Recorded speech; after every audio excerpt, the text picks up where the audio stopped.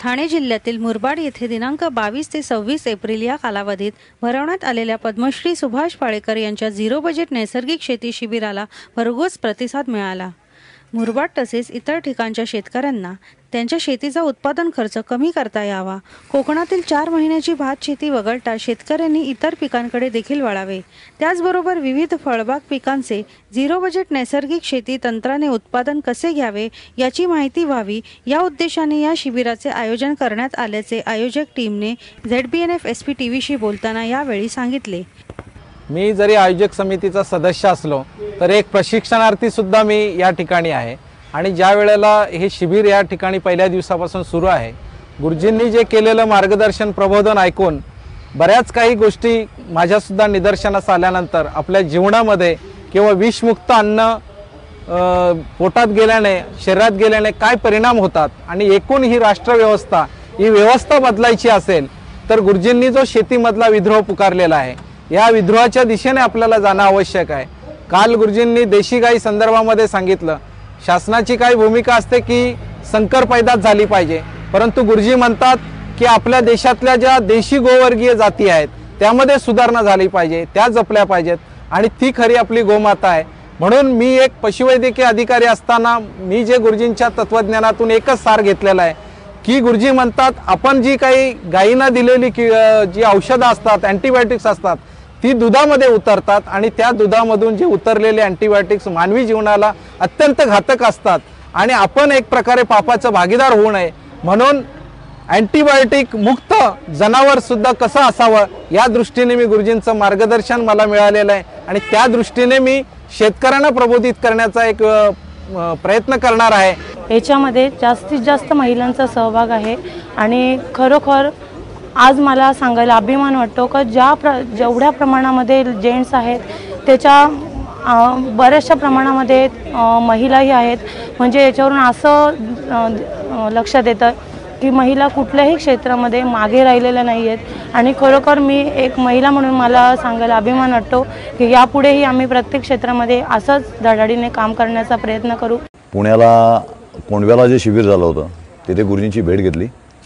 त्या भेटीमध्ये गुरुजींनी जे काही विचारलं त्या प्रश्नांची उत्तरं दिली। गुरुजींनी मला पहिल्यांदा विचारलं की मुरबाड कुठे आहे, त्यावेळेस मी गुरुजींना सांगितलं जी भौगोलिक परिस्थिती आहे की मुरबाड हे अशा ठिकाणी आहे की देशाची आर्थिक राजधानीपासून मुरबाड तालुका हा 90 किलोमीटर अंतरावर आहे। मुरबाड तालुक्याला 3 जिल्ह्यांची सीमा एकत्र येते। मुंबईमधले जे काही धनाढ्य लोक आहेत त्यांचे बऱ्याच जणांचे फार्म हाऊस हे मुरबाड त्याचप्रमाणे कर्जत आणि शहापूर या तालुक्यामध्ये आहे। मुरबाडची परिस्थिती शेतकऱ्यांची अशी बघायची आहे की मुरबाडमध्ये फक्त भात शेती आहे की भात शेतीच होते, इतर वेळेस शेती सगळी उडी असते। मुरबाडच्या शेतकऱ्यांची परिस्थिती अशी आहे की बऱ्याचशा शेतकऱ्यांची मानसिकता अशी झालेली का बाबा आता शेती परवडत नाही, आम्हाला खतं टाकून उत्पन्न मिळत नाही, बियाणं उत्कृष्ट मिळत नाही, मग शेती का करायची, मग ती शेती विकलेली बरी। मग शेती विकल्यानंतर काय, मग एकच अपेक्षा असते बाबा तुम्ही शेती घ्या आमची कोणीतरी आणि मग माझ्या मुलाला तुमच्याकडे 4-5 हजाराची नोकरी द्या। ही परिस्थिती खरोखर बघवत नाही मला, म्हणून मग हे गुरुजींना सगळं मी सांगितलं आणि म्हटलं गुरुजी फक्त तुमचे आशीर्वाद पाहिजे या सर्व मुरबाडकरांकडे किंवा या संपूर्ण कोकण विभागामध्ये। आणि मग त्यावेळेस मग गुरुजींनी मला आणि आमच्या सर्व टीमला ही 22 एप्रिलची ही तारीख दिलेली। हे संपूर्ण टीमचं यश आहे। जे फक्त ओसाड जमिनी पडलेल्या आहेत, हजारो लाखो एकर इथे जमिनी पडल्या आहेत, नुसतं गवत वाढतं आणि जाळल्या जातं, पण त्यातनं म्हणजे इथली मानसिकता अशी आहे की उत्पन्न मिळालं तर ते करायला तयार आहेत। कष्ट करायची थोडीशी जरी कमी असली तरी पण उत्पन्नाचं साधन मिळालं तर ते करू शकतात। इथे मूग, वाल, हरभरा, चवळी, मटकी, तूर, त्याच्यानंतर भाताच्या चांगल्या चांगल्या जाती इथे होतात। भाजीपाला इथे चांगला एक्सपोर्टसुद्धा होतो।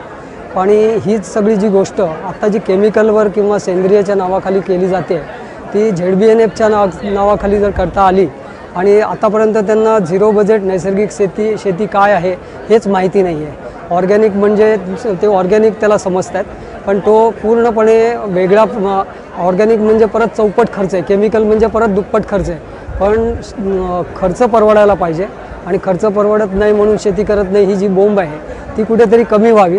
आणि इथला जो यूथ आहे त्याला बऱ्याचपैकी रोजगार वगैरेचा अडचणी आहेतच आणि त्या निमित्ताने इथे झिरो बजेट नैसर्गिक शेती जे हे सुभाष पाळेकर गुरुजींचं जे कार्य आहे हे प्रचंड कार्य आहे. 50 लाख शेतकऱ्यांना आतापर्यंत त्यांनी ट्रेन केलेलं आहे.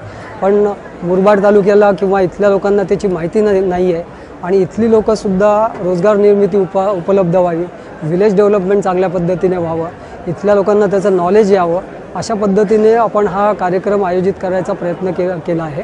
कारण इथे जी हजारो एकर ओसाड जमीन जी आहे ती जर सुपीक ती लागवडीखाली आली तर मुंबईचं मार्केट आहे. मुंबईच्या लोकांना विषमुक्त अन्न इथून मिळू शकतं. मुंबईमध्ये आम्ही कल्याण, बदलापूर, अंबरनाथ, तिकडे दाणाबंदर, मुंबई, वरळी अशा बऱ्याच ठिकाणी याचे सेंटर्स उभे करून देऊ शकतो आहे. त्याच्यानंतर इथल्या लोकांना प्रचार प्रसार प्रशिक्षण असं सगळं काही गोष्टी करून देऊ शकतो आहे.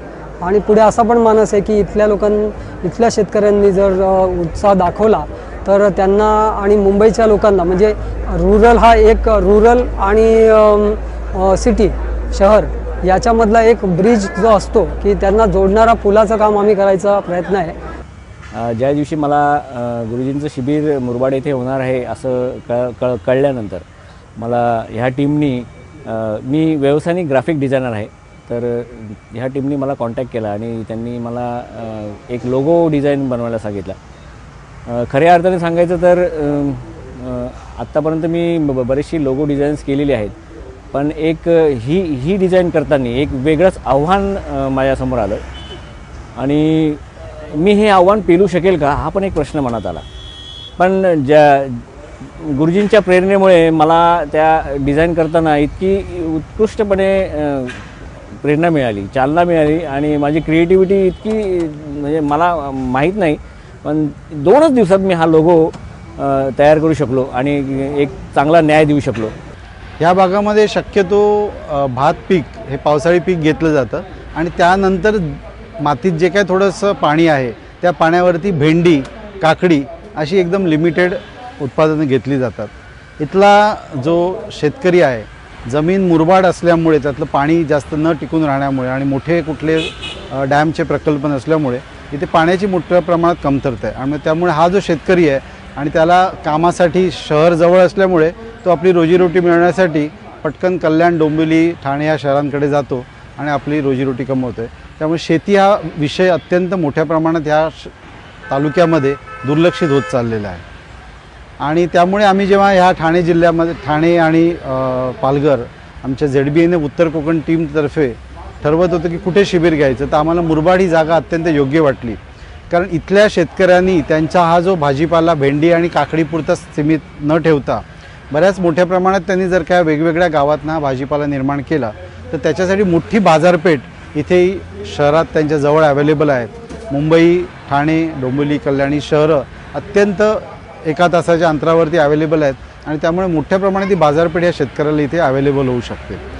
विशेषतः ZBNFच्या पद्धतीने केल्यानंतर ही नैसर्गिक पद्धतीने तयार केलेला भाजीपाला आणि इवन मसाले पिके ह्या 2 गोष्टींमुळे त्यांना मोठ्या प्रमाणात रोजगार निर्मिती होऊ शकते. त्यांना ह्या जागा सध्या ज्या मोठ्या प्रमाणात पडीक राहिलेल्या आहेत त्या परत त्याला सजीव करून मोठ्या प्रमाणात त्यांचा उदरनिर्वाह इथेच वाढवू शकतात. दुर्दैवाने सध्या इथे एक लागण चालू झालेली आहे ती म्हणजे जागा गुंठ्यावरती विकण्याची. कारण बराचसा हा जो हायवे आहे मुरबाड, माळशेज, नगर पार नांदेडपर्यंत राष्ट्रीय महामार्ग म्हणून घोषित केला गेलेला आहे. त्यामुळे याच्या आजूबाजूची जागा हे बरेचसे मुंबईतले व्यावसायिक लोक किंवा बरेचसे परकीय वेगळे म्हणजे नॉन महाराष्ट्रीयन लोक मोठ्या प्रमाणात घेत चाललेले आहेत आणि त्यांचं रूपांतर हे रिसॉर्ट किंवा फार्म हाऊसेस अशा प्रमाणात होत चाललं आहे. त्यामुळे मूळचा शेतकरी इथे पुन्हा प्रस्थापित व्हावा त्यासाठी या शिबिराचं आयोजन इथे करण्यात आलेलं आहे. Bureau report ZBNF SPTV Murbad.